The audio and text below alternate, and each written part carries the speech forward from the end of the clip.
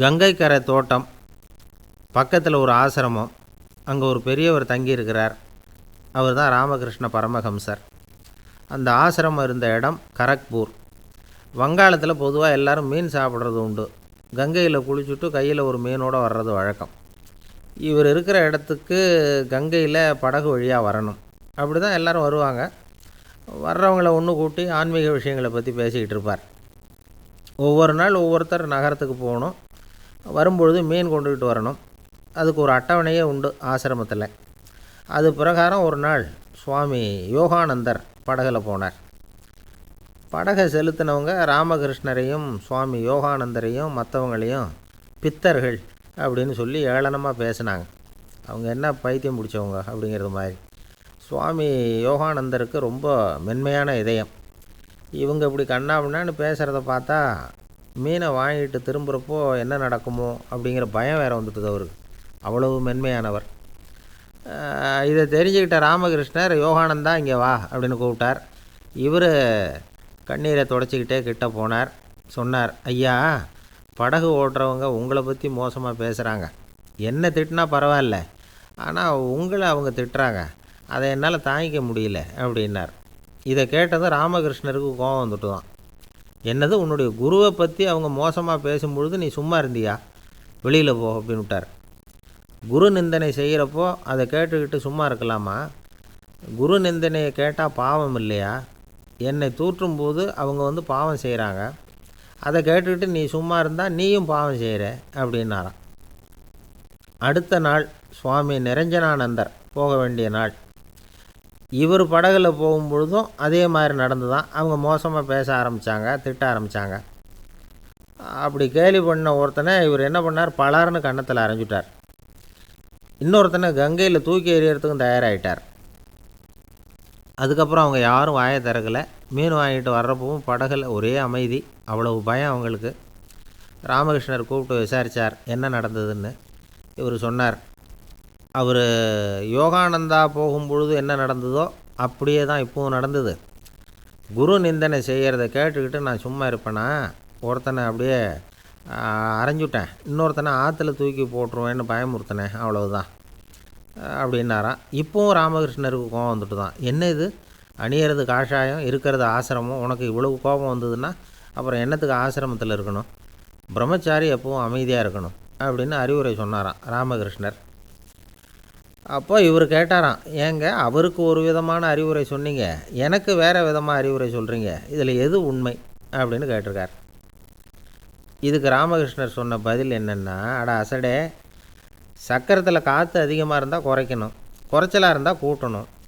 அவன் சாது, அவனுக்கு அதிக உணர்ச்சி தேவை, உனக்கு படபடப்பு அதிகம், உனக்கு பொறுமை தேவை அப்படின்னாராம். இதில் உள்ள கருத்து என்னென்னா, கல்விங்கிறது எப்படின்னா அதை சூழ்நிலைக்கு தகுந்த மாதிரி கற்பிக்கணும். எல்லாருக்கும் ஒரே மாதிரி கற்பிக்கக்கூடாது. கேட்குறவர் தகுதி, புரிஞ்சுக்கிற திறமை, இதை பொறுத்து கல்வி அமையணும். ஆரம்ப காலத்தில் ஒரு குரு, அப்போ ஒரு சீடன் இருந்தான். அது வேடிக்கையான குரு, வேடிக்கையான சீடன். ஒரு ஆசிரமம். ஒரு நாள் ஒருத்தன் அவசரமாக அந்த குருவை தேடி வந்திருக்கிறான். என்ன விஷயம்னு விசாரித்தார் குரு. உங்கள் சீடர் என்னை அடிச்சுட்டார் அப்படின்னு புகார் பண்ணானான் அந்த ஆள். குரு சீடனை கூப்பிட்டார். அடிச்சியா இந்த ஆளை அப்படின்னு கேட்டாரான். ஆமான் இருக்கான் சீடன். ஏன் அடித்தே அப்படின்னு கேட்டாரான். இந்த ஆள் உங்களை பற்றி மட்டமாக பேசிவிட்டான், என்னால் அதை தாங்கிக்க முடியல, அதனால தான் அடிச்சுட்டேன்ருக்கான். அப்படி என்ன பேசினான் அப்படின்னு கேட்டாரான்.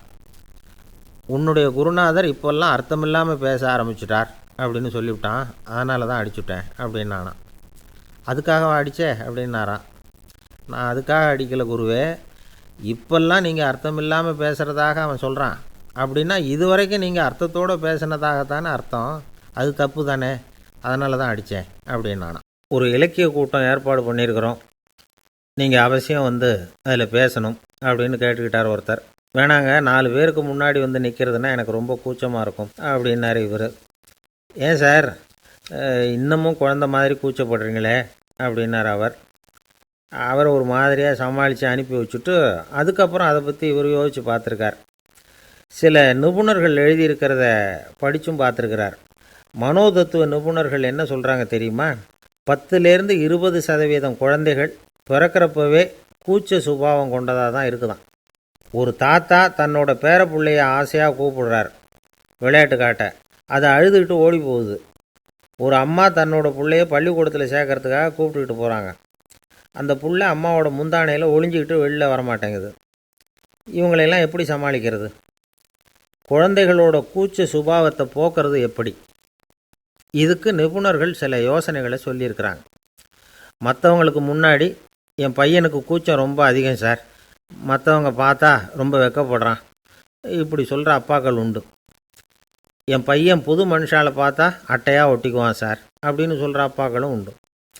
இப்படிலாம் குழந்தைகளுக்கு முத்திரை குத்துறது ரொம்ப தப்பான். புதுசாக யாராவது வீட்டுக்கு வந்தால் குழந்தை தானாக தன்னோட கூச்சத்தையும் பயத்தையும் போக்கிக்கிட்டு சகஜமாக மாறி வர்றதுக்கு வாய்ப்பு கொடுக்கணுமா. ஒரு கூட்டத்துக்கோ அல்லது சொந்தக்காரங்க கல்யாணத்துக்கோ குழந்தைய அழைச்சிட்டு போகிறீங்க, அங்கே போய் கட்டாயப்படுத்தி குழந்தைய மற்றவங்க கிட்ட பேச சொல்லக்கூடாது. சில சமயம் குழந்தை தானாக தன்னுடைய கூச்ச சுபாவத்தை விட்டு பேசுகிறதுக்கு முன் வந்தால் அதை பாராட்டணும்.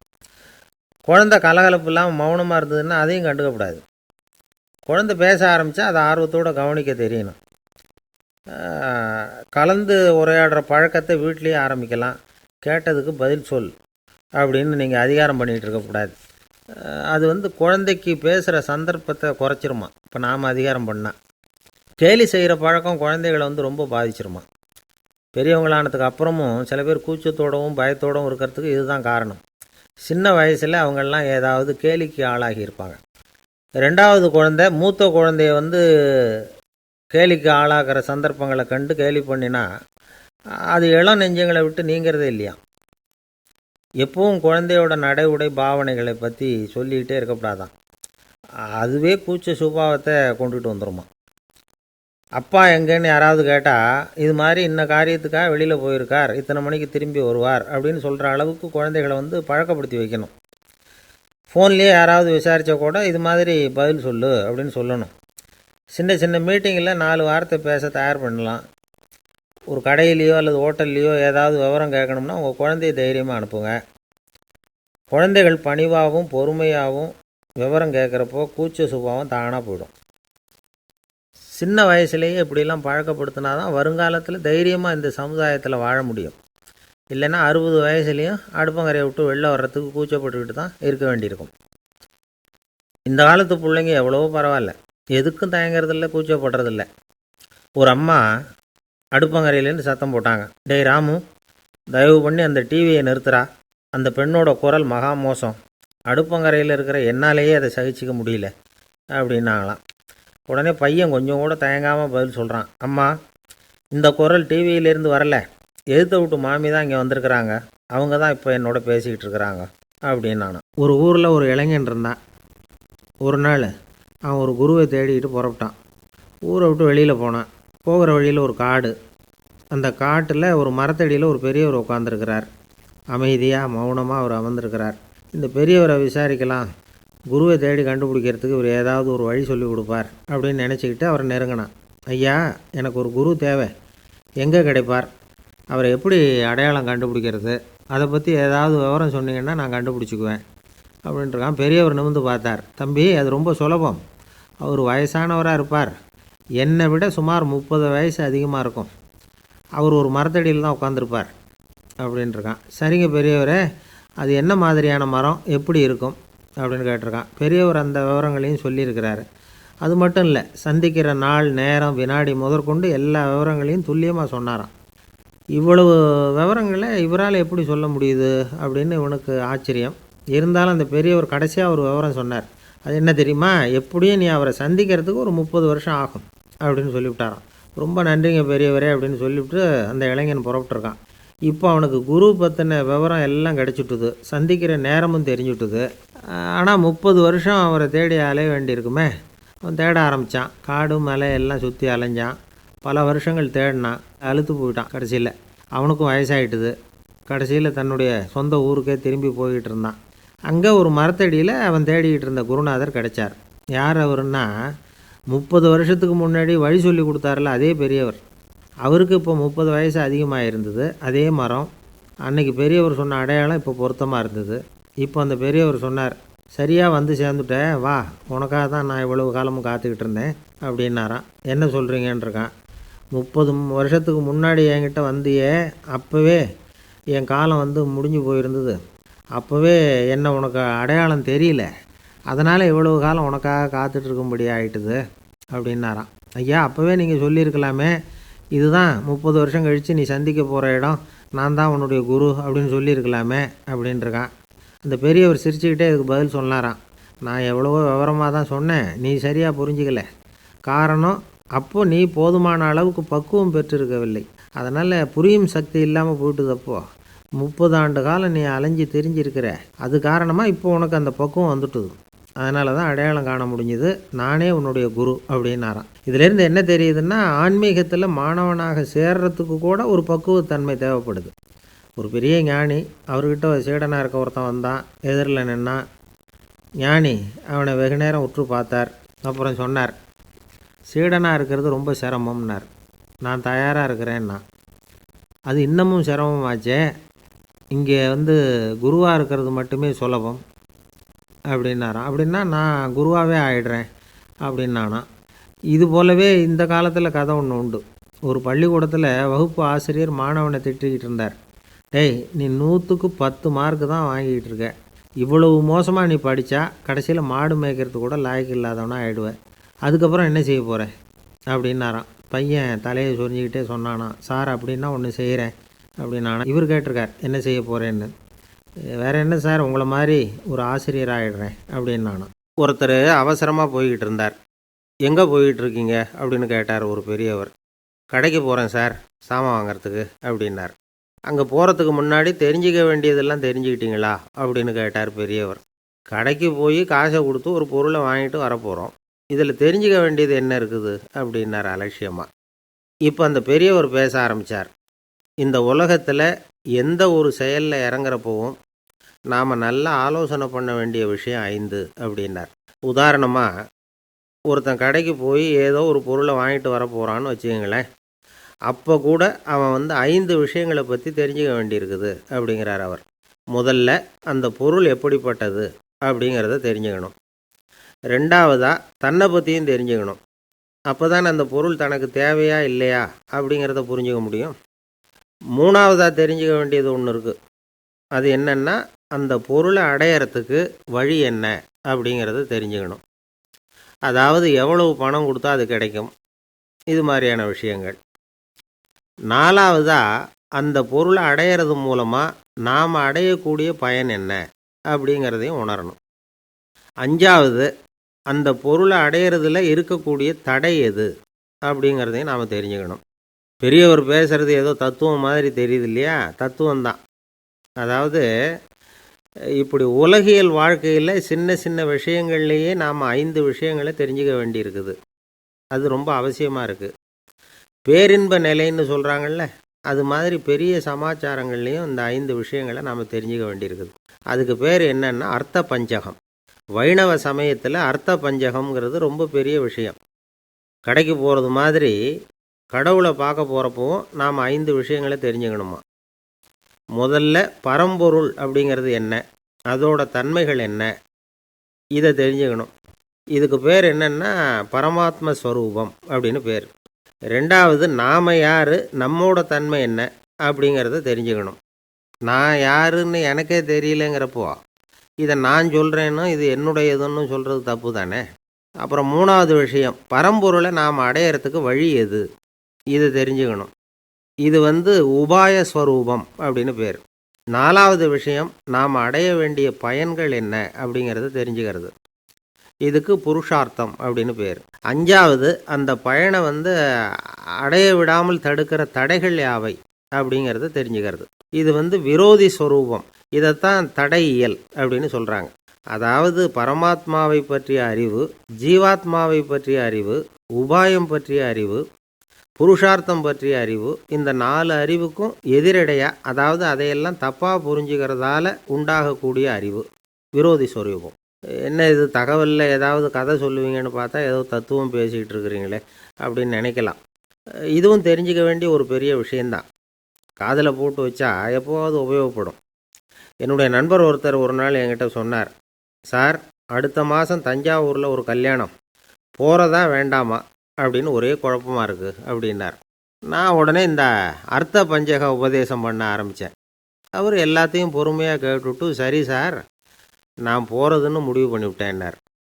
எப்படி இந்த முடிவுக்கு வந்தீங்க அப்படின்னு கேட்டேன். அவர் சொன்னார், சார், அந்த ரெண்டாவது பாயிண்ட் ஒன்று சொன்னீங்களே, அதை புரிஞ்சுக்கிட்டதுக்கு அப்புறம்தான் இந்த முடிவுக்கு வந்தேன் அப்படின்னார். என்ன ரெண்டாவது பாயிண்ட்டுன்னு? அதாவது தன்னை பற்றி புரிஞ்சுக்கணும் அப்படின்னு சொன்னீங்க. உடனே என்னை பற்றி புரிஞ்சுக்கிட்டேன். நான் யாருங்கிறது எனக்கு தெரிஞ்சுது. உடனே போகிறது தான் நல்லதுன்னு முடிவு பண்ணிவிட்டேன்னார். நீங்கள் யாருன்னு கேட்டேன். நான் தான் சார் அந்த கல்யாணத்தில் தாலி கட்ட வேண்டிய மாப்பிள்ளை அப்படின்னார். காசி மாநகரத்தை பிரம்மதத்தன் அப்படிங்கிற ராஜா ஆட்சி பண்ணிட்டு வந்தார். அவர் ஒவ்வொரு வருஷமும் ஒரு திருவிழா நடத்துறது வழக்கம். எல்லா தேசத்திலிருந்தும் எல்லா வகையான ஜனங்களும் அதில் வந்து கலந்துக்குவாங்க. ஒரு சமயம் அது மாதிரி விழா நடந்துக்கிட்டு இருந்தது. வைகுண்டத்திலேருந்து தேவலோகத்திலேருந்து நிறைய தேவகுமாரர்கள்லாம் காசி நகருக்கு அப்போது வந்திருந்தாங்க. அதில் முக்கியமாக ஒரு 4 தேவகுமாரர்கள். அந்த 4 பேரையும் சுற்றி ஏகப்பட்ட கூட்டம். அப்படி என்ன விசேஷம் அவங்கக்கிட்ட அப்படின்னா, மற்றவங்கள விட அவங்க முகம் அழகாக இருந்ததா அப்படி பார்த்தா அப்படியும் இல்லை. அவங்க அணிஞ்சிருந்த மலர் மாலைகள் தான் அதுக்கு காரணமாக. அந்த மலர்கள்லேருந்து அப்படி ஒரு அபூர்வமான நறுமணம். இதுக்கு முன்னாடி இப்படி ஒரு நறுமணத்தை அந்த ஊர் ஜனங்க அனுபவிச்சதே இல்லை. அதுதான் அந்த 4 பேரையும் சுற்றி கூட்டம். எல்லாரும் கேள்வி கேட்க ஆரம்பித்தாங்க. உடனே அந்த 4 தேவகுமாரர்களும் எல்லாருக்கும் தெரியும்படியாக வானத்தில் எழும்பி கொஞ்சம் உயரமாக நின்றுக்கிட்டாங்க. கீழே நின்றுக்கிட்டு இருந்த அரசன்லேருந்து ஆண்டி வரைக்கும் ஒருத்தர் பாக்கி இல்லாமல் ஒரே குரலில் எல்லாரும் அவங்கள பார்த்து, எங்களுக்கும் இது மாதிரி மாலையை போட்டுக்கணும்னு ஆசையாக இருக்குது, அதுக்கு நீங்கள் தான் அருள் பண்ணணும் அப்படின்னு கேட்டுக்கிட்டாங்க. மாலை போட்டுக்கிறதுனா எல்லாருக்கும் ஆசையாக தானே இருக்கும். அந்த 4 தேவகுமாரர்களில் ஒருத்தர் புத்தர் பிரான். அவர் சொன்னார், பூலோகவாசிகளே, நான் சொல்கிறத கொஞ்சம் பொறுமையாக கேளுங்க. கக்காரு அப்படிங்கிற கற்பக விருட்சத்தின் மலர்களால் தொடுக்கப்பட்டது இந்த மாலை. இதுக்கு நிறைய சக்தி உண்டு. எந்த காலமும் இது வாடாது, வாசனையும் குறையாது. ஆனால் இதை அணிந்து கொள்கிறதுக்கு சில தகுதிகள் தேவை அப்படின்னார். என்ன தகுதி அது சொல்லுங்களேன் அப்படின்னு ஏக காலத்தில் எல்லாரும் சத்தம் போட்டாங்க. தீய இயல்புகள் உள்ளவங்க, இழிந்த சிந்தனை, இழிந்த செயல் உள்ளவங்க இந்த மாலையை அணிய முடியாது அப்படின்னார். அவ்வளோதான். கூட்டத்தில் சத்தம் போட்டவங்கள்லாம் மெதுவாக அப்படி அடங்க ஆரம்பிச்சிட்டாங்க. இன்னொரு தேவகுமாரன் சொன்னார், அடுத்தவங்க பொருளை அபகரிக்காதவன், அடுத்தவங்களுக்கு கெடுதல் பண்ணக்கூடிய பொய் பேசாதவன், பேராசையினால் கெட்ட வழியில் பொருள் ஈட்ட நினைக்காதவன் இந்த மாலையை போட்டுக்கலாம் அப்படின்னார். கூட்டத்திலிருந்து யாரும் முன்னுக்கு வரல. ஒரே ஒரு ராஜகுரு மட்டும் கொஞ்சம் முன்னாடி வந்தார். பெரியவர், படித்தவர். அவர், எனக்கு தகுதி இருக்குது அந்த மாலையை போட்டுக்கிறதுக்கு அப்படின்னார். வேறு ஒன்றும் இல்லை, பொய் சொல்லியாவது அந்த மாலையை வாங்கிக்குவோமே அப்படின்னு முடிவு பண்ணிட்டார் அவர். அவ்வளோதான், மாலையை வாங்கிட்டார். அடுத்த தேவகுமாரன் பேசினார். யாருக்கு திடமான அறிவும் மனமும் இருக்குதோ, யாருக்கு நல்ல காரியங்களில் அசையாத ஈடுபாடு இருக்குதோ, நல்ல அரிய பொருள்களை தனியாக தான் மட்டும் அனுபவிக்க விரும்பாதவர் யாரோ அவர் முன்னாடி வந்து இந்த மாலையை வாங்கிக்கலாம் அப்படின்னார். அந்த தகுதியும் எனக்கு இருக்குன்னார் ராஜகுரு. மாலையை வாங்கி போட்டுக்கிட்டார். இன்னொரு ராஜகுமாரன் பேச ஆரம்பித்தார். அறநெறியில் செல்வம் சேர்க்கணும், ஆடம்பர பொருள்களுக்கு அடிமையாகக்கூடாது, வெற்றி அடைஞ்சாலும் கர்வம் வரக்கூடாது, அப்படிப்பட்டவங்க இந்த மாலையை போட்டுக்கலாம்னார். துணிஞ்சு பொய் சொல்லி அதையும் வாங்கி கழுத்தில் போட்டுக்கிட்டார் இந்த ராஜகுரு. இன்னொரு ராஜகுமாரன் சொன்னார், சான்றோர்களை நிந்திக்காதவங்க, புறம் பேசாதவங்க இந்த மாலையை போட்டுக்கலாம்னார். அதையும் வாங்கி போட்டுக்கிட்டார். திருவிழா முடிஞ்சுது. எல்லோரும் திரும்பி போயிட்டாங்க. மறுநாள் ராஜகுரு 4 மாலைகளையும் போட்டுக்கிட்டு ராஜசபைக்கு வரார். வந்தவர் ரொம்ப அவஸ்தையோடு வர்றார். மாலையெல்லாம் வாடி போயிட்டுது, வாசனை எதுவும் கிடையாது. அது மட்டும் இல்லை, அவருக்கு கடுமையான தலைவலி வேறு வந்துட்டுது. துடிச்சு போயிட்டார். மாலையை கழட்டவும் முடியல. ஜனங்கள்லாம் அவரை பார்த்து சிரிக்க ஆரம்பிச்சிட்டாங்க. என்னத்துக்கு ஆசைப்படணும், ஏன் இப்படி கஷ்டப்படணும் அப்படின்னு. ராஜா பார்த்தார். மறுபடியும் விழாவுக்கு ஏற்பாடு பண்ணினார். தேவகுமாரர்கள்லாம் வந்தாங்க. ராஜகுரு வந்தார். மக்கள் முன்னிலையில் அவங்க காலில் விழுந்தார். மன்னிப்பு கேட்டுக்கிட்டார். இந்த மாலையை போட்டுக்கிற தகுதி எனக்கு இல்லை. தகுதி இல்லாத ஒருத்தன் தகாத தகுதியை பொய் மூலம் பெறணும்னு ஆசைப்படுறாங்களே, அவங்களுக்கெல்லாம் என்னுடைய தண்டனை ஒரு எச்சரிக்கையாக இருக்கட்டும்னார். அதுக்கப்புறம் தேவகுமாரர்கள் அவர் கழுத்தில் இருக்கிற மாலையை கழட்டினாங்களாம். அந்த மாலைகளும் பழையபடி மனம் கொடுக்க ஆரம்பிச்சுட்டு தான். இதுலேருந்து நாம் தெரிஞ்சுக்க வேண்டியது என்னென்னா, நமக்கு தகுதி இல்லாத ஒரு கௌரவம் நம்மக்கிட்ட தானாக வந்தால் கூட அதை தவிர்த்து விடுறது தான் நல்லது. அதுதான் புத்திசாலித்தனம். ஒருத்தர் வந்தார், சார் எங்கள் இலக்கிய மன்ற விழாவுக்கு நீங்கள் தலைமை தாங்கணும்னார். உடனே இவர் சொன்னார், பேச்சாளர், சார் இலக்கியத்தை பற்றி பேசுகிற தகுதி எனக்கு இல்லையே அப்படின்னார். உடனே அவர் கூப்பிட வந்தவர் சொன்னார், அந்த தகுதி உங்களுக்கு இல்லைங்கிறது எங்களுக்கும் தெரியும் சார், அதனால தான் உங்களை தலைமை தாங்க கூப்பிட்றேன் அப்படின்னார். அது சரி, தலைமைன்னா அதுக்கு இவர் என்ன தான் அர்த்தம் பண்ணுறாருன்னு தெரியல. ஒரு தந்தை தன்னோட பிள்ளைய ரொம்ப தைரியசாலியாக வளர்க்கணும்னு ஆசைப்பட்டார். அதுக்காக அவனை கூப்பிட்டு உட்கார வச்சு இப்படி உபதேசம் பண்ணார். இதை பாருப்பா, நான் உன்னாட்டம் இருக்கிறப்போலாம் எதுக்கும் பயப்பட மாட்டேன், ரொம்ப துணிச்சலாக இருப்பேன். ஒரு நாள் ஒரு அப்பாவி எலியை ஒரு பூனை துரத்திட்டு ஓடிச்சு. நான் உடனே என்ன செஞ்சேன் தெரியுமா? அந்த பூனையை பிடிச்சேன், அது வாலில் ஒரு பட்டாசு சரத்தை கட்டினேன், கொளுத்தி விட்டேன், படபடன்னு வெடிக்க ஆரம்பிச்சுட்டுது. அது துள்ளிக்கிட்டு அங்கேயும் இங்கேயும் ஓடி இருக்கு பாரு ஓட்டம், ரொம்ப தமாஷு அப்படின்னார் அப்பா. இப்படி சொல்லிவிட்டு பையனை பார்த்து, இதை கேட்குறதுக்கு உனக்கும் துணிச்சல் வருதா? நான் என்னுடைய செயலை நீ கேட்குறப்போ உனக்கு துணிச்சல் வருதா அப்படின்னு கேட்டார். வருதுன்னா பையன். எப்படின்னா அப்படிங்கிற விவரத்தையும் சொன்னான் அவன். அதாவது எலியை விரட்டினத்துக்காக பூனை வாலில் பட்டாசு கொளுத்துனீங்க நீங்கள், பூனையை விரட்டினத்துக்காக உங்கள் கழுத்தில் பட்டாசு சரத்தை மாட்டினா என்னென்னு தோணுது எனக்கு அப்படின்னு நான் பையன். பையனோட துணிச்சல் அப்பாவே நடுங்க வச்சுட்டுது. அது சரி, ஒரு அப்பா பிள்ளைக்கு இப்படியா உபதேசம் பண்ணுறது? எல்லாருக்கிட்டையும் அன்பாக பழகிறது எப்படி அப்படின்னு சொல்லி கொடுக்கணும். பிஞ்சு உள்ளங்களில் நஞ்சை தூவலாமா? ஒரு நாள் விநாயகர் ஒரு பூனையோடு விளையாடிக்கிட்டு இருந்தாராம். அப்படி ஆசையாக விளையாடிக்கிட்டு இருந்தப்போ அவரோட கை நகம் தவறுதெல்லாம் பூனையோட முகத்தில் பட்டுவிட்டு தான். அது ஒரு சின்ன கீறலை உண்டாகி விட்டுது. அப்பா அவர் அதை ஒரு பெருசாக நினைக்கல. கொஞ்ச நேரத்துக்கு அப்புறம் விநாயகர் வீட்டுக்கு வந்தார். அவங்க அம்மா பார்வதி தேவியை பார்த்தார். பார்வதி தேவி கன்னத்தில் விரலால் கீறினது மாதிரி ஒரு அடையாளம் இருந்தது. விநாயகருக்கு அதிர்ச்சி, ஆச்சரியம். நம்ம அம்மா இந்த உலகத்துக்கே தாயார், அப்பேற்பட்ட அவங்க முகத்திலேயே கீறலை உண்டாக்கக்கூடியவங்க யாராக இருக்க முடியும் அப்படின்னு யோசனை பண்ணார். தாயே, உன்னுடைய கன்னத்தில் இந்த வடு எப்படிம்மா ஏற்பட்டதுன்னு கேட்டார். குழந்தாய், இது நீ செஞ்ச காரியம்தான்ப்பா, உன்னுடைய கை நகம் கீறினதுனால ஏற்பட்ட வடு தான் இது அப்படின்னாங்க அவங்க. விநாயகர் திடுக்கிட்டு போட்டார். எப்படிம்மா அது? நான் எந்த காலத்துலேயும் ஒன்று அப்படி கீறினதாக எனக்கு நினைவு இல்லையே அப்படின்னார். இன்னைக்கு காலையில் ஒரு பூனையை கீறினதை நீ மறந்துட்டியா அப்படின்னாங்க அந்த அம்மா. விநாயகர் திகைச்சு போய் நின்னார். பார்வதி தேவி சொன்னாங்க, இதை பார்ப்பா, இந்த உலகத்தில் இருக்கக்கூடிய எல்லா உயிர்கள்லேயும் நான் இருக்கிறேன், நான் தான் இந்த உலகமாக ஆகியிருக்கிறேன். ஆகையினால நீ யாரை துன்புறுத்தினாலும் அது உண்மையிலேயே என்ன துன்புறுத்தினதாக தான் முடியும் அப்படின்னாங்க. விநாயகர் மனசுக்குள்ளே ஒரு வெளிச்சம் ஏற்பட்டு தான். அதுக்கப்புறம் அவர் யாரையுமே கல்யாணம் பண்ணிக்காததுக்கு அதுதான் காரணமாக. இந்த உலகத்தில் எல்லாரையும், இங்கே இருக்கிற எல்லாத்தையும் தாயின் வடிவமாக அவர் பார்க்க ஆரம்பிச்சிட்டாராம். குருதேவர் ராமகிருஷ்ணர் இந்த கதையை எடுத்து சொல்லியிருக்கிறார். நபிகள் நாயகம் ஒரு தடவை ஒரு நாற்காலியில் உட்காந்து என்னமோ யோசனை பண்ணிகிட்டு இருந்திருக்கிறார். அப்போ அவரோட உடையில் ஒரு கீழ்ப்பகுதி தரையில் படிஞ்சு கிடந்திருக்குது. அங்கே விளையாடிக்கிட்டு இருந்த ஒரு பூனை அது மேலே படுத்து தூங்கி போச்சு. தொழுகை செய்ய வேண்டிய நேரம் வந்துட்டது. நபிகள் நாயகம் எழுந்திருக்க பார்த்தார். அப்போ தான் பூனை தன்னோட உடை மேலே படுத்து தூங்கிட்டு இருக்கிறது கண்ணில் படுது. பூனையோட தூக்கத்தை கலைக்க விரும்பல அவர். தன்னுடைய சகோதரியை கூப்பிட்டார், ஒரு கத்திரிக்கோல் எடுத்துகிட்டு வர சொன்னார்.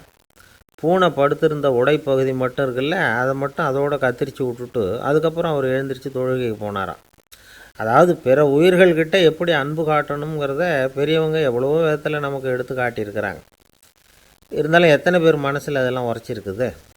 நாமளும் நம்ம ட்ரெஸ்ஸு மேலே ஒரு பூனை படுத்திருந்தா ஒரு கத்திரிக்கோலை தான் தேடுவோம், எடுத்துக்கிட்டு வர சொல்லுவோம். துணியை வெட்டுறதுக்கு பதிலாக இல்லை அதோட வாழை வெட்டினா என்ன அப்படின்னு தோணும். ஒரு ஆள் ரொம்ப பிரியமாக ஒரு பூனையை ஆற்றுல குளிப்பாட்டிக்கிட்டு இருந்தானா. எப்படி? அந்த பூனையை ஆற்று தண்ணியில் அமுக்கி அமுக்கி குளிப்பாட்டிக்கிட்டு இருக்கிறான். அந்த வழியாக போன பெரியவர் ஒருத்தர் இதை பார்த்தார். இதை பார்ப்பா, பூனையை அது மாதிரி ஆற்று தண்ணியில் அமுக்கி குளிப்பாட்டாத, மூச்சு திணறி செத்து போடும் அப்படின்னு அட்வைஸ் பண்ணார். நீ போய் அவன் வேலையை பார்த்துக்கிட்டு, எனக்கு எல்லாம் தெரியும்னா இவன். சரின்னு அவர் போயிட்டார். கொஞ்ச நேரம் கழித்து அவரே அந்த வழியாக திரும்பி வந்துக்கிட்டு இருந்தார். ஆற்றுல பூனையை குளிப்பாட்டிக்கிட்டு இருந்தவன் அழுதுகிட்டு உட்காந்துருக்கிறான். பக்கத்தில் அந்த பூனை செத்து கிடக்குது. இதை பார்த்தார் பெரியவர். நான் தான் அப்போவே சொன்னேனே அந்த பூனையை ஆற்றுல நினைக்காதேன்னு. அதை கேட்டிருந்தா இப்படி ஆயிருக்குமா அப்படின்னார். அந்த ஆள் கோபமாக இவரை முறைச்சி பார்த்தான். அட போய்யா, இந்த பூனை ஆற்றுல குளித்ததுனால ஒன்றும் செத்து போகல. குளித்ததுக்கப்புறம் அதோட உடம்பு ஈரமாக இருக்குதுன்னு அதை புழிஞ்சேன், அதனால தான் இப்படி ஆயிட்டுது அப்படின்னு நானாம். ஒருத்தர் ரொம்ப அவசரமாக வந்தார். சார், மனுஷன் நிம்மதியாக இருக்கிறதுக்கு என்ன வழின்னு கேட்டார். சீக்கிரமாக ஒரு கல்யாணத்தை பண்ணிங்க, எல்லாம் சரியாக போடும் அப்படின்னோம். அவர் ஒரு மாதிரியாக பார்த்தார். ஏற்கனவே எனக்கு கல்யாணம் ஆகிட்டுது சார், அதனால தானே நிம்மதியாக இருக்கிறதுக்கு வழி கேட்குறேன் அப்படின்னார். சரி, இவர் ஒரு மாதிரியான கேஸ் அப்படின்னு நினச்சிக்கிட்டு நம்மக்கிட்ட இருந்த ஒரு சின்ன புத்தகத்தை அவர்கிட்ட தூக்கி கொடுத்தோம். இதை படித்து பாருங்கன்னு. கல்யாணத்துக்கு பிறகும் சந்தோஷமாக இருக்கிறதுக்கு என்ன வழி அப்படிங்கிற கேள்விக்கு அந்த புத்தகத்தில் விளக்கம் இருந்தது. கணவன் மனைவிக்குள்ளே சிக்கல் வராமல் இருக்கிறதுக்கு அதில் சில வழிகளை சொல்லி கொடுத்துருக்குறாங்க. அதெல்லாம் என்னென்ன அப்படிங்கிறத இப்போ பார்க்கலாமா? குடும்பம்னு இருந்தால் கோபம் வரதான் செய்யும். அது வந்துட்டு போகட்டும், பரவாயில்ல. ஆனால் அந்த கோபம் ஒரே நேரத்தில் 2 பேருக்கும் வந்துடாமல் பார்த்துக்கணும். ஒரு சமயத்தில் யாராவது ஒருத்தர் தான் கோபப்படணும், அடுத்தவங்க அமைதியாக இருக்கணும். அதுக்கப்புறம் இவர் அமைதியான உடனே அவங்க ஆரம்பிச்சிக்கலாம். கோபமாக ஏதாவது சொன்னால் உடனே கோபமாக பதில் சொல்லக்கூடாது. கொஞ்சம் பொறுத்து கோபம் தீர்ந்த உடனே அந்த பதிலை சொல்லலாம். அப்போ பதில் கோபமாக இருந்தால் கூட அது அவ்வளோ பெருசாக தெரியாது. அற்ப விஷயத்துக்கெல்லாம் காய்ச்சி மூச்சுன்னு கத்திகிட்டு இருக்கக்கூடாது. உங்கள் 2 பேருக்குள்ளே ஒரு தர்க்கம் ஆரம்பமாயிட்டுதுன்னு வச்சுக்கோங்க. கடுமையாக 2 பேரும் விவாதம் பண்ணுறீங்க. உங்களில் ஒருத்தர் இதில் ஜெயிக்கணும்னா அது நீங்களாக இருக்க வேணாம், அடுத்தவங்க ஜெயிக்கிறதுக்கு நீங்கள் துணையாக இருங்களேன். அப்படின்னா நீங்கள் கொஞ்சம் விட்டு கொடுக்கணும், அவ்வளோதான். ஏதாவது குத்தம் சொல்லணுமா, செஞ்ச தப்பை சுட்டி காட்டணுமா, விமர்சனம் பண்ணணுமா, பண்ணுங்க, வேணான்னு சொல்லலை. ஆனால் சொன்னதை அப்படி சொல்கிறத கொஞ்சம் அன்பாக இதமாக சொல்லுங்கள். எப்போவோ நடந்த தவறுகளையெல்லாம் இப்போ போய் மறுபடியும் ஞாபகப்படுத்திகிட்டு இருக்க வேண்டாம். நான் அப்போவே சொன்னேன் இந்த புடவை வேணாம்னு, நீங்கள் தான் கேட்கல, இப்போ பாருங்கள் கிழிஞ்சு போச்சு இப்படின்னு கத்துனாங்க ஒரு அம்மா. எப்போ சொன்னீங்கன்னு கேட்டால் ஒரு 10 வருஷத்துக்கு முன்னாடி தீபாவளி சமயத்தில் அப்படிங்கிறாங்க. அது என்ன இன்னும் அப்படியே புதுசாகவே இருக்கும்? உங்களுக்கு அவர் தான் பெருசு, அவருக்கு நீங்கள் தான் பெருசு. அதை விட இந்த உலகத்தில் வேறு எதுவும் முக்கியம் இல்லைன்னு நினைக்கணும். நீ தான் என்னுடைய உலகம்னு எத்தனை தடவை சொல்லியிருப்பீங்க? அதெல்லாம் வெறும் வசனமாக போயிடக்கூடாது.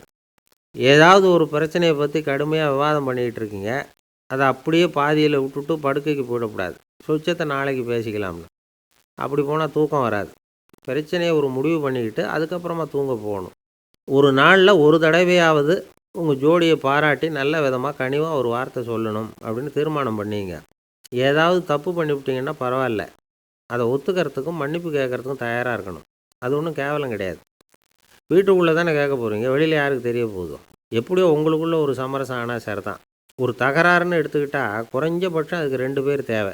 தனியாகவே உட்காந்துக்கிட்டு நான் இப்போ தகராறு பண்ணிகிட்டு இருக்கிறேன் அப்படின்னு யாரும் சொல்ல முடியாது. 2 பேர் தகராறு பண்ணுறாங்கன்னா பொதுவாக அந்த 2 பேரில் யார் அதிகமாக பேசுகிறாங்களோ அவங்க பேரில் தான் தப்பு இருக்கும். அதை மனசில் வச்சுக்கணும்.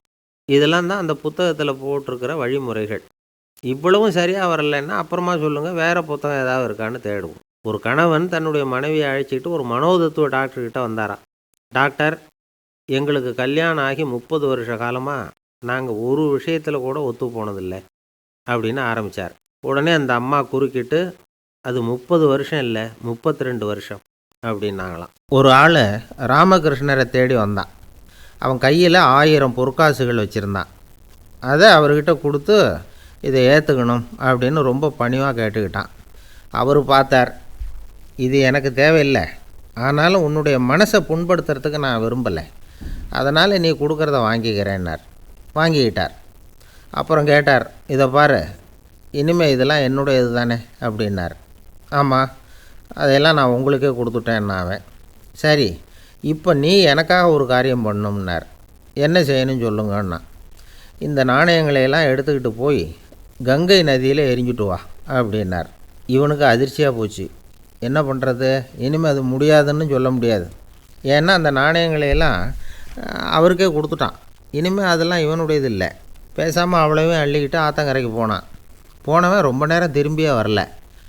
ராமகிருஷ்ணருக்கு சந்தேகம், என்ன ஆச்சு அந்த மனுஷனுக்கு? காசுகளோடு அந்த கங்கையில் குதிச்சுட்டானா? போகும்பொழுதே ஒரு மாதிரியாக தான் போனான், போய் என்னன்னு பார்த்துட்டு வாங்க அப்படின்னார். அங்கே இருந்த ஒருத்தர் ஓடி போய் பார்த்தார்.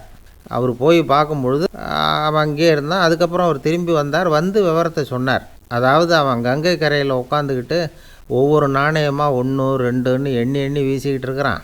அவனை சுற்றி ஒரு கும்பல் நின்றுக்கிட்டு அவனை தடுத்துக்கிட்டு இருக்குது அப்படின்னு விவரத்தை சொன்னார் போயிட்டு வந்தவர். இதை கேட்டதும் ராமகிருஷ்ணரே புறப்பட்டு அங்கே போனாராம். என்ன இப்படி பண்ணிகிட்ருக்கிற? நான் உன்னை அந்த நாணயங்களை கங்கையில் வீசி எறிய சொன்னேன், நீ ஏன் அதை எண்ணிக்கிட்டு இருக்கிற அப்படின்னார். பழக்கம்தான் காரணம். நான் ஒவ்வொரு நாளும் ஒவ்வொன்றா சேமித்து வச்சேன். இன்றைக்கி என்கிட்ட நிறைய இருக்குது. உங்களுக்கு ஒரு 1000 நாணயங்களை கொடுக்கணுங்கிறது என்னோடய ஆசை அப்படின்னா. இப்போ ராமகிருஷ்ணர் சொன்னார், ஒரே நேரத்தில் எல்லாத்தையும் சம்பாதிச்சிருந்தா நீ எண்ணுறது பொருத்தமாக இருக்கும். எல்லாத்தையும் இழக்கும்போது ஒவ்வொன்றா எண்ணிக்கிட்டு இழக்கிறதுங்கிறது சரியான செயல் இல்லை. அதனால் ஒரே தடவையாக எல்லாத்தையும் தூக்கி எறிஞ்சிடும் அப்படின்னார். இது இழப்பது அப்படிங்கிற ஒரு உயர்ந்த நிலை. இதை நாம் யதார்த்த வாழ்க்கையில் சம்மந்தப்படுத்தி பார்த்து குழப்பிக்கிட்டு இருக்கக்கூடாது. இழக்கிறேன்னு சொல்லிக்கிட்டு இருக்கிற காசையெல்லாம் ஆற்றுலையும் குளத்துலையும் கொண்டு போய் எறிஞ்சிட்டு வாங்க அப்படின்னு உபதேசம் பண்ணுறதாக யாரும் நினச்சிடக்கூடாது. இதில் நாம் புரிஞ்சிக்க வேண்டியது என்னென்னா, எதையாவது ஒன்றை இன்னொருத்தருக்கு கொடுக்கணும் அப்படின்னு விருப்பப்பட்டால் அதை மனப்பூர்வமாக கொடுத்துடணும். கொடுத்துட்டு அதையே நினச்சிக்கிட்டு இருக்கக்கூடாது. நம்மால் ஒருத்தர் ஒரு 100 ரூபா நோட்டை தன்னுடைய நண்பர் ஒருத்தர்கிட்ட கொடுத்து, இது உனக்கு தான் வச்சுக்கோ அப்படின்னார். அவர் பார்த்தார், இது இனிமேல் எனக்கு தானே சொந்தம் அப்படின்னார். ஆமான்னார் அவர். அப்படின்னா எனக்காக நீ ஒரு உதவி செய்யணும்னார். சொல்லுங்கள் செய்கிறேன்னார் அவர். இந்த 100 ரூபா நோட்டை தீ வச்சு கொளுத்தி விடுன்னார். இவர் அதிர்ச்சியாகி அவரை பார்த்தார். இப்போ அவர் சொன்னார், நீ எனக்கு அன்பாக கொடுத்தது இது. இந்த நோட்டு கள்ள நோட்டுங்கிறது எனக்கு முன்னாடியே தெரியும். சீக்கிரம் கொளுத்தி விடு, அதுதான் நம்ம 2 பேருக்குமே நல்லது அப்படின்னாராம் அவர். ஒரு சின்ன பையன் வந்தான். அவனை பார்த்து ஒரு கேள்வி கேட்டோம். ஏன்ப்பா உங்கள் வீட்டில் அம்மா புத்திசாலியா அப்பா புத்திசாலியா அப்படின்னு. அவன் அலட்சியமாக நம்மளை பார்த்து சிரிக்கிறான். என்ன சார் இது, இந்த காலத்தில் இது கூட தெரியாமல் இருக்கிறீங்களே அப்படிங்கிறான். ஒரு சின்ன பையன் நம்மளை பார்த்து இப்படி கேட்டு விட்டானே அப்படின்னு நினைக்கிறப்போ நமக்கு ஒரு மாதிரி ஆகிடும். அதுக்கப்புறம்தான் இந்த தாத்தா பாட்டிலாம் சொல்கிற ஒரு கதை ஞாபகத்துக்கு வந்தது. அது என்ன கதை தெரியுமா? ஒரு ஊரில் ஒரு அம்மாவும் பிள்ளையும் இருந்தாங்களாம். அந்த மகனுக்கு திடீர்னு தேசாந்திரம் போய் வரணும்னு ஆசை வந்துட்டுது. ஊராக போய் சுற்றி பார்க்கணுங்கிற ஆசை. அந்த அம்மாவுக்கு இது பிடிக்கல. மகனை பிரிஞ்சு இருக்கிறதுக்கு அவங்க மனசு இடம் கொடுக்கல. வேணாப்பான்னு சொல்லி பார்த்தாங்க, அவன் கேட்கல. திடீர்னு புறப்படவும் செஞ்சுட்டான். சரி, இனிமேல் அவனை தடுக்க முடியாதுன்னு முடிவு பண்ணிக்கிட்டாங்க அந்த அம்மா. இருந்தாலும் புத்திசாலித்தனமாக ஒரு யோசனை பண்ணாங்க.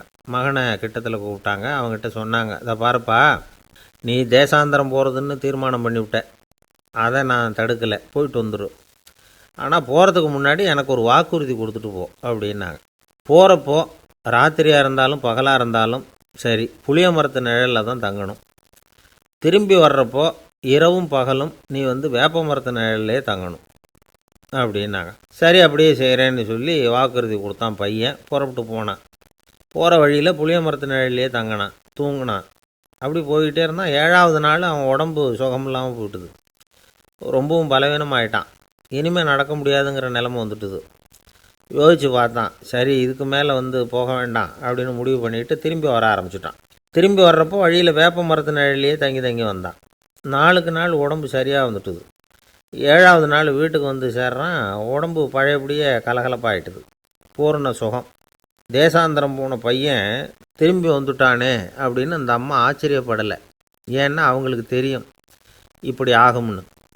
பையன் சீக்கிரமாக திரும்பி வரணுங்கிறதுக்காக தான் அவங்க அந்த யோசனையை சொன்னாங்க. என்ன விஷயங்கிறதையும் அவங்களே சொன்னாங்க. மகனே, புளிய மரத்து நிழல் உடம்புக்கு உஷ்ணத்தை கொடுக்கும், சீக்கம் உண்டாக்கும். அதனால் நீ தொடர்ந்து புளிய மரத்து நிழலில் தங்கினாவே நோய்க்கு ஆளாயிட்ட. அதனால் பயணத்தை முடிச்சுக்கிட்டு திரும்பி வரணுங்கிற முடிவுக்கு வந்துட்ட. திரும்பி வர்றப்போ நீ தங்கினது வேப்ப மரத்து நிழல். அது உடம்புக்கு குளிர்ச்சியை தரக்கூடியது, நோயை தீர்க்கக்கூடியது. அதனால் சுகமாக வீட்டுக்கு சேர்ந்துட்ட. உன்னோட தேசாந்திர பயணத்தை தடுக்கிறதுக்காக தான் இப்படி பண்ணினேன் அப்படின்னாங்களாம் அந்த அம்மா. பார்த்தீங்களா அம்மாவோட புத்திசாலித்தனத்தை? அப்பாவாக இருந்தால் இப்படியா பண்ணுவார்? ஒரு அப்பா பையன்கிட்ட 10 ரூபா கொடுத்து இதை எடுத்துக்கிட்டு அடுத்த ஊருக்கு போய் அங்கே இருக்கிற மாமா கிட்ட இதை கொடுத்துட்டு வாடா, வழியில் எங்கேயாவது மரத்தடியில் படுத்து தூங்கி விடாதே அப்படின்னு எச்சரிக்கை பண்ணி அனுப்புனாராம். பையனுக்கு எச்சரிக்கையாக வாழறது எப்படிங்கிறத கற்றுக் கொடுக்கறதுக்காக இப்படி பண்ணார். அவன் பணத்தை வாங்கிக்கிட்டு போனான். அப்பா சொன்னதை மறந்துட்டு ஒரு மரத்தடியில் படுத்து தூங்கிட்டான். அவனுக்கு தெரியாமல் அவன் பின்னாடியே போன அப்பா அவன் கையில் இருந்த அந்த 10 ரூபாயை நைஸாக எடுத்துகிட்டு வந்துட்டார். அவன் பையில் தானே வச்சுருந்தான், அது தெரியாமல் எடுத்துகிட்டு வந்துட்டார். அவன் தூங்கிக்கிட்டு இருக்கான். எடுத்துகிட்டு ஒரு மறுபடியும் வீட்டுக்கு வந்துட்டார். பையன் முழிச்சுக்கிட்டு பையை தடவி பார்க்குறான், பணத்தை காணும். அழுதுகிட்டே திரும்பி வந்தான், அப்பா கிட்ட விஷயத்த சொன்னான். அப்பா சிரிச்சுக்கிட்டே சொன்னார், அதுக்கு தான்ப்பா ஆரம்பத்திலேயே எச்சரிக்கை பண்ணினேன், இனிமேலாவது நீ ஜாக்கிரதையாக இருக்கணும் அப்படிங்கிறதுக்காக தான் இப்படி பண்ணினேன். அந்த பணம் எங்கேயும் போயிடலை, நான் தான் அதை உனக்கு தெரியாமல் எடுத்து வச்சிருக்கிறேன். இதோ பாரு அப்படின்னு சொல்லிட்டு சைடு பாக்கெட்டில் கையை விட்டா அது ஓட்டையாக இருக்குது. அதை எவனோ ஏற்கனவே கத்திரிச்சு எடுத்துகிட்டு போயிட்டான். இப்போ அப்பா முகத்தில் அசடு வழிஞ்சுதான். பக்தின்னு சொல்கிறோம் இல்லையா, அது 3 வகைப்படும் அப்படிங்கிறார் ஒரு பெரியவர். அது என்ன 3 வகைன்னா, தெய்வ பக்தி, அடியார்கள் பக்தி, குரு பக்தி. அடியார் பக்தியை விட தெய்வ பக்தியை விட குரு பக்தி தான் ரொம்பவும் சிறந்ததுங்கிறார் அவர். தெய்வத்துக்கிட்ட செஞ்ச பாவம் குருநாதர்கிட்ட தீர்ந்துருமா, குருநாதர்கிட்ட செஞ்ச பாவம் தெய்வத்துக்கிட்ட போனாலும் தீராதான். இப்படி பெரியவங்களாம் சொல்லி வச்சுருக்கிறாங்க. ஒரு காடு, அங்கே அயோத தௌமியர் அப்படின்னு ஒரு தபோதனர். அவர் பல மாணவர்களை ஒன்றா சேர்த்து ஒரு குருகுலம் நடத்திக்கிட்டு இருக்கிறார். பல தரப்பட்டவங்க பல திறப்பட்டவங்க மாணவர்கள் அதில் சேர்ந்து படிச்சுக்கிட்டு இருக்கிறாங்க. பாஞ்சால ராஜகுமாரன் ஒருத்தனும் அந்த குருகுலத்தில் சேர்ந்து படிச்சுக்கிட்டு இருக்கிறான். அவன் பேர் ஆருணி. பெரிய இடத்து புள்ள, இருந்தாலும் படுப்பில் ரொம்ப கெட்டிக்காரனாக இருந்தான். அவன் தான் அங்கே முதல் மாணவன். ஒரு நாள் குருநாதர் அந்த அரசகுமாரனை கூப்பிட்டார். நம்ம குருகுலத்துக்கு சொந்தமான வயலில் தண்ணீர் பெருகி வெள்ளம் பயிரை அழிக்குதான், அதனால் நீ போய் மடையை அடைச்சிட்டு வந்துடும் அப்படின்னார். அந்த அரசகுமாரன் உடனே புறப்பட்டான். குருநாதர் சொல்லிட்டார்ல, உடனே புறப்பட்டான். நான் பெரிய இடத்து பிள்ளையாச்சே, ராஜகுமாரனாச்சே, ரொம்ப செல்வாக்கோடு வளர்ந்தவனாச்சே, நான் போய் வயலில் இறங்கி வேலை செய்கிறதா அப்படின்னுலாம் அவன் நினைக்கல. குருநாதர் கட்டளையை நிறைவேற்ற வேண்டியது நம்ம கடமை அப்படின்னு நினச்சான். உடனே ஒரு மண்வெட்டியை தூக்கி தோளில் வச்சுக்கிட்டு புறப்பட்டு போயிட்டான். வயலுக்கு போனான். பார்த்தான், தண்ணி கரையை உடச்சிக்கிட்டு வயலுக்குள்ளே ஏகமாக பாஞ்சிக்கிட்டு இருக்குது. இவன் மண்வெட்டியால் களிமண்ணை புல்லோடு சேர்த்து புல் பற்ற மாதிரி வெட்டி வெட்டி போட்டான். இருந்தாலும் மடையை அடைக்க முடியல. தண்ணி அதை மீறி வந்துக்கிட்டே இருக்குது. தண்ணி வேகமாக வயலுக்குள்ளே போய்கிட்டே இருக்குது. போடுற பத்தையெல்லாம் கரைஞ்சி கரைஞ்சி போயிட்டுருக்கு. இருந்தாலும் இவன் தன்னுடைய முயற்சியை கைவிடலை. வெட்டி வெட்டி போட்டுக்கிட்டே இருக்கிறான். காலையில் அங்கே போனவன் சாயந்தரம் வரைக்கும் இப்படி செஞ்சுக்கிட்டு இருக்கிறான். உடம்பும் மனசும் ரொம்பவும் சோர்ந்து போச்சு. இருந்தாலும் குருநாதர் இட்ட கட்டளையை நிறைவேற்றாமல் இருக்கிறோமேங்கிற ஒரு குறை அவனுக்கு இருக்குது.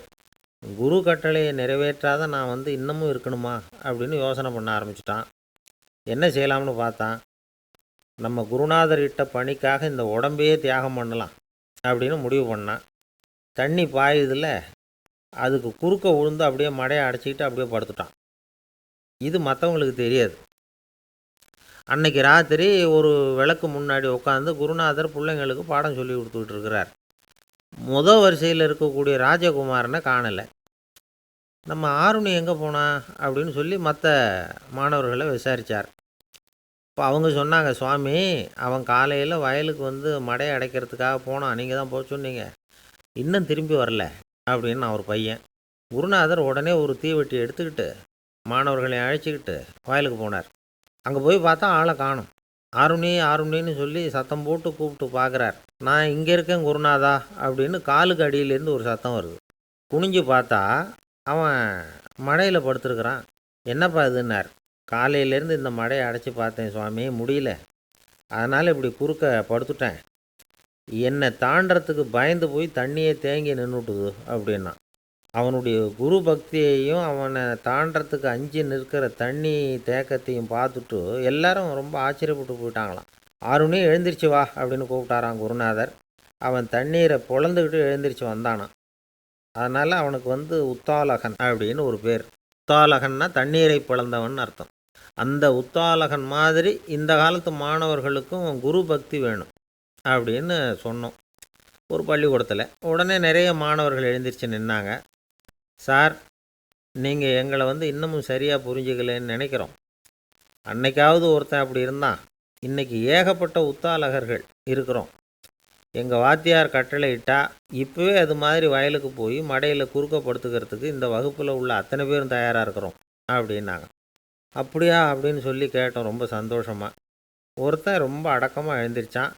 அப்புறம் சொன்னான், ஆமாம் சார், வகுப்பில் இவர் நடத்துகிற பாடத்தை கேட்டுக்கிட்டு இருக்கிறத விட பேசாமல் போய் மடையில் படுத்துடுறது ஒன்றும் கஷ்டமான காரியமாக இருக்காது.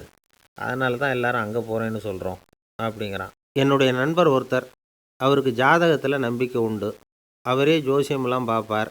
என்ன சார் இந்த காலத்தில் இதையெல்லாம் நம்பிக்கிட்டு இருக்கீங்களேன்னு கேட்டா, உங்களுக்கு ஒன்றும் தெரியாது சார், இந்த உலகத்தில் ஒவ்வொருத்தரும் அவங்கவுங்க செய்கிற நல்லது கெட்டதுக்கு தகுந்த பலனை அனுபவிச்சே தீரணும்பார். அது மட்டும் இல்லை, ஒருத்தன் செத்துட்டா கூட அவன் செஞ்ச பாவ புண்ணியங்கள் கூடவே போயிட்டுருக்கோம்பார். அது எப்படி கூட போவோம் அப்படின்னு குதர்க்கமாக கேட்டால் அதுக்கு அவர் ஒரு கதை சொன்னார். அது ரொம்ப சுவாரஸ்யமாக இருந்தது. ஒரு ஊரில் ஒருத்தர் இருந்தாராம். அவர் ஜோசியம் பார்க்குறதுல ரொம்ப கெட்டிக்காரரு. ஒருத்தருடைய தலைமுடியை மட்டும் அவர்கிட்ட காட்டினா போதும், அதை மட்டும் பார்த்துட்டு அவருடைய ஜாதகத்தையே சொல்லிவிடுவாராம். அப்பேற்பட்ட திறமை. அந்த ஆள் ஒரு சமயம் கன்னியாகுமரி கடற்கரைக்கு போயிருந்திருக்கிறார். அங்கே கரை ஓரமாக ஒரு மண்டை ஓடு கிடந்திருக்கு. அதை எடுத்து பார்த்துருக்கிறார். அந்த மண்டை ஓட்டை வச்சுக்கிட்டே அதோட ஜாதகத்தை அலசியிருக்கிறார். இந்த மண்டை ஓட்டுக்கு உரிய ஆசாமி வாழ்க்கையில் ரொம்ப கஷ்டப்பட்டுருக்கிறான், நிறைய கஷ்டத்தை அனுபவிச்சிருக்கிறான், அது தாங்க முடியாமல் தான் கடலில் விழுந்து தற்கொலை பண்ணிகிட்டு இருக்கான் அப்படிங்கிறத அவர் கணிச்சுட்டார். இருந்தாலும் இந்த மண்டை ஓடு இன்னமும் அனுபவிக்க வேண்டியது பாக்கி இருக்குது அப்படிங்கிறதையும் அவர் உணர்றார். அது சரி, ஒருத்தன் உயிரோடு இருக்கிற வரைக்கும் தானே நல்லது கெட்டதை அனுபவிக்க முடியும். செத்ததுக்கு அப்புறமும் பாக்கி இருக்குன்னா அதை எப்படி அனுபவிக்கிறது? இந்த மண்டை ஓட்டுக்கு இன்னும் கொஞ்சம் பாக்கி இருக்குது அப்படிங்கிறது அவருக்கு புரிஞ்சதே தவிர அதோட அர்த்தம் என்னங்கிறது அவருக்கு சரியாக விளங்கலை. சரி, இதை இன்னும் கொஞ்சம் விவரமாக ஆராய்ச்சி பண்ணி பார்ப்போம் அப்படின்னு நினச்சிக்கிட்டு அதை தன்னுடைய வீட்டுக்கு எடுத்துகிட்டு போயிட்டார். அந்த மண்டை ஓட்டை ஒரு பொட்டியில் வச்சு பூட்டினார். தன்னுடைய தனி அறையில் அதை பத்திரமா வச்சுக்கிட்டார். தினமும் ராத்திரி ஆனதும் தன்னுடைய மனைவியை பார்த்து, நீ போய் பூஜை அறையில் தனியாக படுத்துக்கோ அப்படின்னு சொல்லிவிட்டு இவர் தினம் ராத்திரி 12 மணிக்கு பொட்டியை திறந்து பார்ப்பார். மண்டை ஓடு அப்படியே இருந்ததே தவிர இன்னும் கொஞ்சம் பாக்கி இருக்குங்கிறதுக்கு அர்த்தம் அவருக்கு விளங்கலை. அந்த மண்டை ஓட்டுக்கு இன்னும் என்ன பாக்கி இருக்க போகுது? இப்படியே ஒரு 10 நாள் போச்சு. அந்த வீட்டம்மாவுக்கு சந்தேகம் வந்துட்டுது. நம்ம வீட்டுக்காரர் நம்மளை தனியாக ஏன் தூங்க சொல்கிறார் அப்படிங்கிற சந்தேகம். உடனே பக்கத்து வீட்டு அம்மாக்கிட்ட விஷயத்தை சொல்லியிருக்கிறாங்க.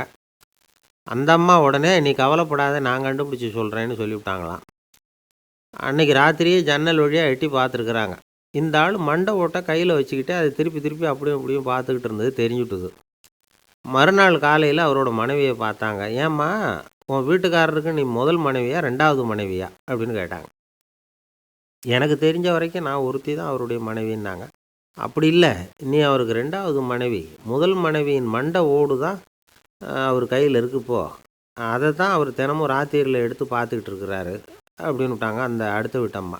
அப்படியா விஷயம்னு சொல்லிவிட்டு கணவன் வீட்டில் இல்லாத நேரமாக பார்த்து அந்த மண்டை ஓட்டை எடுத்து கொண்டாந்து ஒரு உரலில் போட்டு உலக்கையால் குத்தி நொறுக்க ஆரம்பிச்சுட்டுது அந்த அம்மா.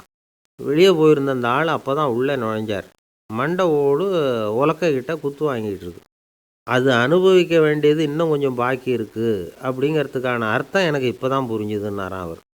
இந்த கதையிலேருந்து நாம் இன்னொரு நீதியையும் புரிஞ்சுக்கணும். அதாவது நம்ம வீட்டை பற்றி நமக்கு தெரியாததெல்லாம் அடுத்த வீட்டுக்காரங்களுக்கு நல்லா தெரியும். ஒரு காடு, நல்ல மரம்லாம் செழிச்சு இருந்தது. அப்படிப்பட்ட காட்டில் ஒரு சாது இருந்தார். அவர் எப்படின்னா எப்போவும் ஒரு மரத்தடியில் உட்காந்துருப்பார். ஏன்னா அவருடைய இருப்பிடமே அதுதான். அவர் என்ன பண்ணுவார், 3 கல் வச்சுருந்தார். செங்கல் மாதிரி இருக்கும், ஆனால் அதை விட கொஞ்சம் பெருசாக இருக்கும். எதுக்கு அந்த 3 கல்லுன்னா அதுதான் அவருடைய படுக்கை. அதாவது தூங்குறப்ப ஒரு கல்லை தலைக்கு கீழே வச்சுக்குவார், இன்னொரு கல்லை இடுப்புக்கு கீழே வச்சுக்குவார், இன்னொரு கல்லை காலுக்கு கீழே வச்சுக்குவார். உடம்பை அப்படியே ஒரு தகட்டால் மூடிக்குவார், அப்படியே தூங்கி போடுவார். மழை பெய்யுதுன்னு வச்சுங்க, அவர் உடம்பு 3 கல் மேலே இருக்குதா, அதனால் தண்ணி அடியில் ஓடி போடும், உடம்பு நனையாது. மேலே தகடு இருக்கிறதுனால மழையும் உடம்புல படாது. அவர் தூக்கமும் கெடாது, நிம்மதியாக தூங்குவார். பகலில் அந்த 3 கல்லையும் ஒரு சேர ஒரு அடுப்பு மாதிரி வச்சு அது மேலே உட்காந்துக்குவார். அதனால் பாம்பு பூச்சி எதுவும் அவரை தொந்தரவு பண்ணுறதில்ல. அது பாட்டுக்கு நடந்து போயிடும். அவர் பாட்டுக்கு நிம்மதியாக இருப்பார். யாராவது எதையாவது கொண்டுகிட்டு கொடுத்தா அதை வாங்கி சாப்பிடுவார், அவ்வளவுதான். ஒரு நாள் அந்த நாட்டு அரசன் காட்டுக்கு வேட்டையாட வந்தான். அந்த வழியாக வந்தப்போ இந்த சாது படுத்துருக்கிறத பார்த்தான், பரிதாபப்பட்டான். ஐயோ பாவம், இவர் இப்படி இந்த கல் மேலே உடம்ப வச்சுக்கிட்டு தூங்குறாரே, என்ன பாடுபடுவார், இவரை நாம் அரண்மனைக்கு அழைச்சிட்டு போய் சுகமாக நிம்மதியாக இருக்கிறதுக்கு வழி செஞ்சு கொடுப்போம், அது ரொம்ப நல்லாயிருக்கும் அப்படின்னு நினச்சான். அப்படி நினச்சிக்கிட்டே அரண்மனைக்கு வந்துட்டான். அதுக்கப்புறம் ஒரு பல்லக்கையும் 2 சேவகர்களையும் காட்டுக்கு அனுப்பி அந்த சாதுவை மெதுவாக இங்கே அழைச்சிட்டு வந்துடுங்க அப்படின்னு சொல்லி அனுப்பி வச்சான். இவங்க போய் அவர்கிட்ட விவரத்தை சொன்னாங்க. எனக்கு என்னத்துக்கு அரண்மனை வாசம் அப்படின்னார். இருந்தாலும் மன்னர் உத்தரவு, நீங்கள் அவசியம் வரணும் அப்படின்னாங்க இவங்க. சரின்னு சொல்லிவிட்டு வேறு வழி இல்லாமல் புறப்பட்டார். புறப்படும் பொழுது என்ன பண்ணார்னா, மறக்காமல் அந்த 3 கல், ஒரு தகடு, அதையும் எடுத்து பல்லக்கில் வச்சுக்கிட்டார். என்னத்துக்கு இதையெல்லாம் எடுத்து வைக்கிறாரு அப்படின்னு சொல்லி அவங்க யோசனை பண்ணாங்க. இருந்தாலும் அதை பற்றி ஒன்றும் கேட்கல. பேசாமல் அவரை அழைச்சிட்டு போய் அரண்மனையில் விட்டுட்டாங்க. அரசன் ஓடி வந்தான், வரவேற்றான், அறுசுவை உணவு படைத்தான். அவர் படுக்கிறதுக்கு தங்க கட்டில், பட்டு மெத்தை, இப்படி எல்லாம் ஏற்பாடு பண்ணி வச்சான். இங்கே படுத்து ஓய்வு எடுத்துங்க அப்படின்னு சொல்லிவிட்டு அவன் பாட்டு போயிட்டான். மறுநாள் காலையில் வந்து பார்க்குறான், சாது படுத்துருக்கிறார். எப்படி தெரியுமா, அந்த பட்டு மெத்தை மேலே 3 கல்லையும் வச்சு வழக்கம் போலவே அது மேலே படுத்துருக்கிறார். அதுக்கு மேலே தகடு. அரசன் பார்த்துட்டு அதிர்ச்சி ஆகிட்டான். என்ன சுவாமி இப்படி அப்படின்னா, சாது சொன்னார், எனக்கு தேவையும் இல்லை, குறையும் இல்லை, எல்லா இடத்துலையும் எனக்கு ஒரே மகிழ்ச்சி தான் அப்படின்னார். மகிழ்ச்சிங்கிறது தங்க கட்டிலேயோ பட்டு மெத்தையிலேயோ இல்லை, அது மனசில் இருக்கிற ஒரு விஷயம். உண்மையான மகிழ்ச்சிக்கு வழி மனப்பக்குவம் அப்படிங்கிறது அந்த அரசனுக்கு புரிஞ்சுதான். இந்த காலத்தில் ஒரு சாமியார், அவரை தேடி ஒரு சீடன் வந்தான். என்னாச்சு தெரியுமா, சுவாமி எனக்கு நிம்மதி வேணும், அதுக்கு என்ன வழின்னு கேட்டான். சாமியார் நிமிர்ந்து பார்த்தார். அப்புறம் சொன்னார், நீ ஏகப்பட்ட பேர்கிட்ட கடன் வாங்கியிருக்கிற, அதையெல்லாம் திருப்பி கொடுத்தா தான் உனக்கு நிம்மதி கிடைக்கும்னார். இவனுக்கு ஆச்சரியம். அது எப்படி சாமி, அவ்வளவு கரெக்டாக நான் கடன் வாங்கினதை கண்டுபிடிச்சிங்க அப்படின்னா, உனக்கு கடன் கொடுத்து சாமியாராக போனதே நான் தான்ப்பா, அதனால தான் இந்த கதிக்கு வந்தேன். என்கிட்டயே நிம்மதிக்கு வழி கேட்குறியே, அதுதான்டா வேதனை அப்படின்னாராம் அவர். இந்த உலகத்தில் எவ்வளவோ உயிரினங்கள் இருக்குது, ஒவ்வொன்றும் ஒவ்வொரு விதமாக சண்டை போடுது. இப்போ 2 மாடு சண்டை போட்டுக்குதுன்னு வச்சுக்கோங்க, என்ன பண்ணும், 2 முட்டிக்கும்.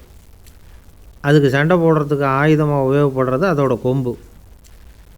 2 சேவல் சண்டை போட்டுக்குதுன்னு வச்சுக்கோங்க, அதுக்கு ஆயுதமாக உபயோகப்படுறது அதோட கால் நகம். காலால் தான் அது ஒன்றோட ஒன்று சண்டை போட்டுக்கும். ஆனால் 2 மனுஷன் சண்டை போட்டுக்கிறான்னு வச்சுக்கோங்க, இவன் இன்னதை தான் ஆயுதமாக உபயோகப்படுத்துவான்னு குறிப்பிட்டு சொல்ல முடியாது. கல்லை எடுப்பான், கத்தி எடுப்பான், துப்பாக்கி எடுப்பான், என்ன வேணாலும் பண்ணுவான். வாயால் திட்டுவான், கையால் அடிப்பான், காலால் உதைப்பான், சகலகலா வல்லவன். விலங்குகள்லாம் பொதுவாக வாயை சாப்பிட்றதுக்கு மட்டும்தான் உபயோகப்படுத்துது. ஆனால் இவனுக்கு சாப்பிட்றதுக்கும் அதுதான், சாப்பிட்டு விட்டு திட்டுறதுக்கும் அதுதான். ஆனால் ஒரு விஷயத்தில் மட்டும் கெட்டிக்கிறேன். அதாவது நாம் சண்டை போட்டுக்கிட்டாலும் பரவாயில்லை, கோழிகள் சண்டை போடாமல் இருக்கணும் அப்படின்னு ஆசைப்படுறான். எதுக்காக? கோழிகள் சண்டை போடாமல் இருந்தால் நிறைய முட்டைகள் போடுமா, அதுக்காக தான் இந்த அக்கறை. கோழி பண்ணை வச்சுருக்கிறவங்களுக்கு இது ஒரு பெரிய பிரச்சனை. அதாவது பண்ணையில் இருக்கிற கோழிகளுக்குள்ளே அடிக்கடி சண்டை வந்துடும், அதனால் முட்டை உற்பத்தி குறைஞ்சிரும். சரி, இதுக்கு என்ன பண்ணுறது? பண்ணையில் போய் உட்காந்துக்கிட்டு தினமும் பஞ்சாயத்து பேசிகிட்டு இருக்க முடியுமா? அமெரிக்காவில் கோழி பண்ணை வச்சுருக்கிற ஒருத்தர் இதை பற்றி யோசனை பண்ணி பார்த்தாராம். ஒரு வழியையும் கண்டுபிடிச்சிருக்கார். கோழிக்கெல்லாம் மூக்கு கண்ணாடி மாட்டி விட்டுட்டோம்னா அது சண்டை போடுற குணம் குறைஞ்சிரும், முட்டை அதிகமாகிடும். அந்த கண்ணாடியில் உள்ள லென்ஸு சிவப்பு நிறத்தில் இருக்கணும், அவ்வளவுதான் அப்படின்னு அவர் கண்டுபிடிச்சாராம். இது ஏற்கனவே நடைமுறையில் கண்டுபிடிக்கப்பட்ட ஒரு விஷயம்.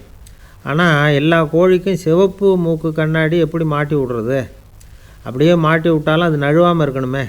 இப்போ நாமெல்லாம் நடு விரலால் மூக்கு கண்ணாடி நடுவில் தொட்டு அப்படி ஸ்டைலாக சரி பண்ணிக்கிறோம், அது மாதிரி கோழி எப்படி சரி பண்ணிக்கும்? இதுதான் பிரச்சனை. இதுக்கு அவர் என்ன வழி கண்டுபிடிச்சாருன்னா, கோழிக்கெல்லாம் மூக்கு கண்ணாடிக்கு பதிலாக விழியொட்டு வில்லைகள், காண்டாக்ட் லென்ஸ், அதை பொருத்தி விட்டா என்ன அப்படின்னு யோசனை பண்ணார். அதே மாதிரி பண்ணார். அதே மாதிரி செஞ்சு பார்த்தார், வெற்றி. அதுக்கப்புறம் கோழியெல்லாம் சண்டை போட்டுக்கலையாம், சமாதான பிரியர்கள் ஆகிட்டு தான். கோழிகளுக்கு இயல்பாகவே சண்டை போடுற குணம் உண்டு. ஆனால் அதோட கண்ணுக்கு பார்க்குற பொருள்லாம் ரோஜா நிறத்துலையோ அல்லது இன்னும் சொல்லப்போனால் அழுத்தமான சிவப்பு நிறத்துலையோ தெரிஞ்சதுன்னா சண்டை போடுற குணம் குறைஞ்சிருதான். அந்த சமயத்தில் அது அதிகமாகவும் முட்டையிட ஆரம்பிச்சுடுதான். அதே நேரத்தில் இரை எடுக்கிறத கூட குறைச்சிக்குதான். இது ஏன் இப்படி பண்ணுதுங்கிறது விஞ்ஞானிகளுக்கு இன்னமும் புரியலையா. எப்படியோ அமெரிக்க கோழிகள்லாம் கான்டாக்ட் லென்ஸ் பொருத்திக்க ஆரம்பித்தாச்சு. கோழி கழுத்தை பிடிச்சிக்கிட்டு ஒரு சில வினாடிகளில் அதை பொருத்தி விட்றாங்களாம். கோழியோட ஆயுள் பூரா அது அப்படியே இருக்குமா.